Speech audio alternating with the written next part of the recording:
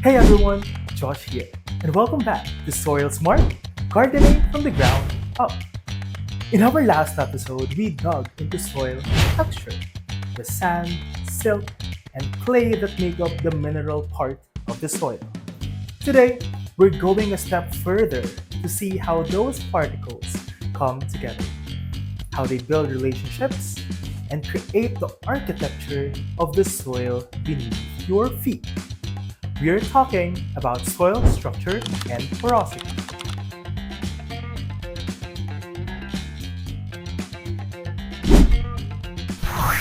What is soil structure? Think of soil texture as the ingredients sand, silt, and clay. But soil structure? That's the recipe. How those ingredients are mixed and arranged. When soil particles come together, they form little clumps called aggregates or pens. A soil with good structure feels like chocolate cake, crumbly, light, and full of little spaces for roots and water. Poor structure, on the other hand, feels like stale bread. It's hard, dense, and cracked. These aggregates are not random. They are held together by a mix of organic matter, root secretions, and fungal threads and microbial glue. Yes, the soil is alive. And these living organisms are the engineers that build and maintain structure. Now let's go to why structure matters. Structure affects everything. And I mean everything. Roots need open channels to grow deep and anchor the plant. Water needs pathways to drain but also spaces to stay available for the roots. Air. The roots breathe too, and it needs to circulate underground. And of course, microbes, the unsung heroes of your soil. When you have good soil structure, your plants don't just survive, they flourish. Now, let's talk about something closely linked to structure, which is porosity. Porosity refers to the amount and the size of spaces or pores in between soil particles and aggregates. There are two types of pores. We have the macro pores and micro pores. Macro pores are the big ones. These are great for drainage and air flow. On the other hand, we have micro pores, which are the small ones wherein they hold water for roots to use. A healthy soil has a good mix of both. Too many big pores and water drains too fast. Too many small ones and you end up with puddles. The balance between these pores determine whether your soil breathes or suffocates, which will lead us to our problem. That is compaction. Now, here's the villain of the story. When we walk over our garden beds or drive heavy machinery or till too much, we crush those pore spaces. It's like squeezing a sponge. When the air spaces collapse, the sponge can't soak up water anymore. In compacted soils, water puddles the top instead of soaking in. Roots struggle to grow beyond the top few inches. And oxygen drops and beneficial microbes suffocate.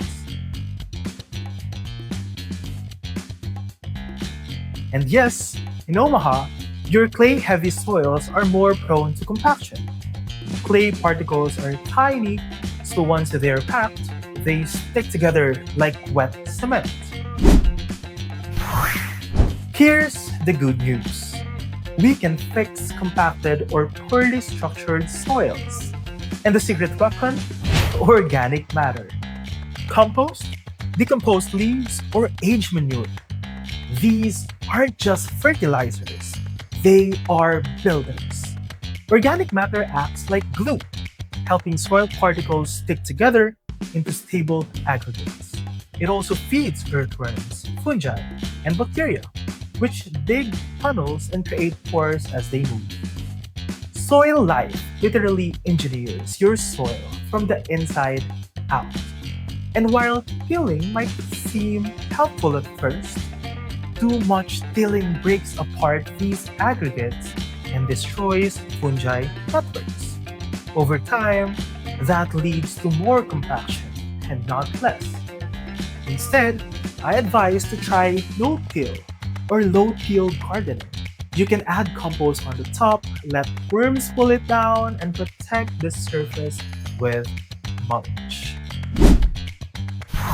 If your soil feels rock hard, or if water just sits on top and refuses to soak in, here is a game plan. First, you can add compost regularly. Aim for a few inches every growing season. Next, you can mulch the surface. Mulch cushions the soil from heavy rain and reduces crusting. Next, loosen gently. You can use a garden fork or broad fork to lift and aerate the top few inches without flipping the soil. Next, stay off the beds.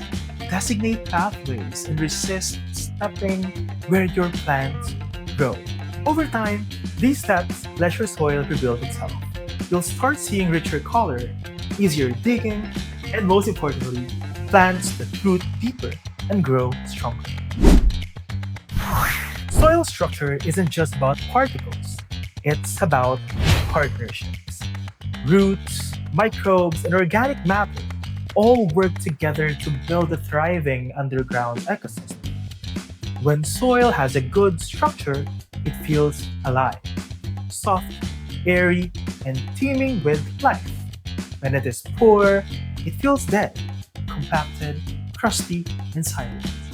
So think of your soil as a living community that needs care, not just dirt to grow plants in. So the next time you hold soil in your hands, pay attention to its structure. Does it crumble easily? Does it feel airy? That's the sign of a healthy living foundation for your garden.